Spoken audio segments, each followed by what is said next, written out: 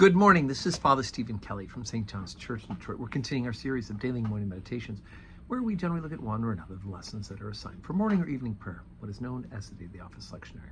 Today, let's take a look at the lesson that's assigned from the Old Testament, and that is from the book of Joel. Now, Joel is one of what we know as the minor prophets, not because they're unimportant, but because they have smaller books written, unlike Isaiah and Jeremiah and Ezekiel have the larger ones, of course.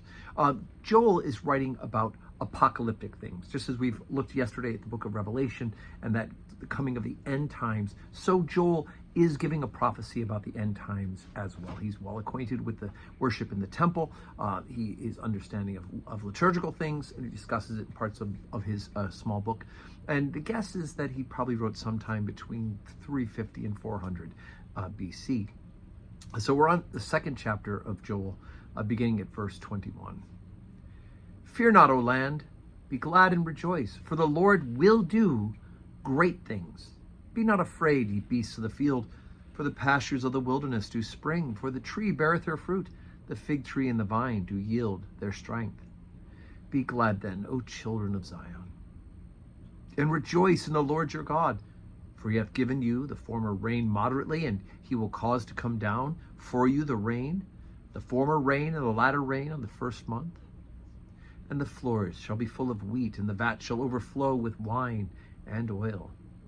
Now restore to you the years that the locust hath eaten, the cankerworm, and the caterpillar, and the palmer worm, my great army which I sent among you.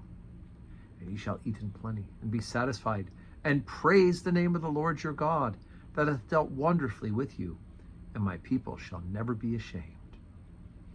And ye know that I am in the midst of Israel, and that I am the Lord your God, and none else, and my people shall never be ashamed. And it shall come to pass afterward, that I will pour out my spirit upon all flesh, and your sons and your daughters shall prophesy, and your old men shall dream dreams, and your young men shall see visions. And also upon the servants and upon the handmaids in those days will I pour out my spirit. And I will show wonders in the heavens and the earth, blood and fire and pillars of smoke. The sun shall be turned into darkness, and the moon into blood, before the great and terrible day of the Lord come. And it shall come to pass, that whosoever shall call on the name of the Lord shall be delivered. For in Mount Zion and in Jerusalem shall be deliverance, as the Lord hath said, and in the remnant whom the Lord shall call.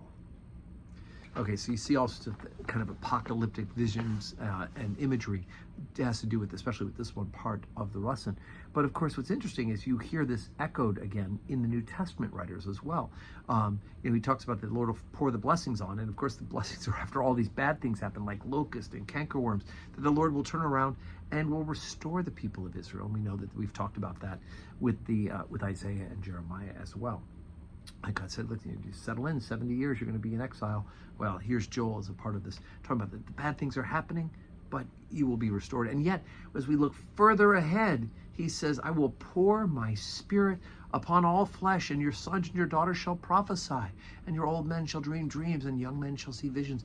And this has been taken by the church in interpretation for what is coming with the gift of the Holy Spirit. Right? And upon the servants and upon the handmaids in those days will I pour out my spirit. And I will show you wonders in heaven and the earth. So there is kind of a forward-looking as well as not just immediately forward-looking, but further forward-looking as well. And of course, this should sound familiar because we hear it in Acts of the Apostles, which is, and it shall come to pass that whosoever shall call upon the name of the Lord shall be delivered. Or as it says in the New Testament, those who call upon the name of the Lord shall be saved.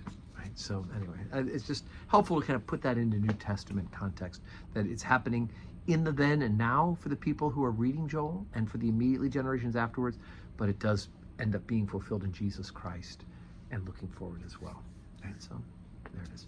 So today is Thursday. We have 10:30 Holy Communion. We have some time beforehand if you want to come at 10 o'clock for adoration, 10:30 Holy Communion with benediction. And then, so I hope you can come.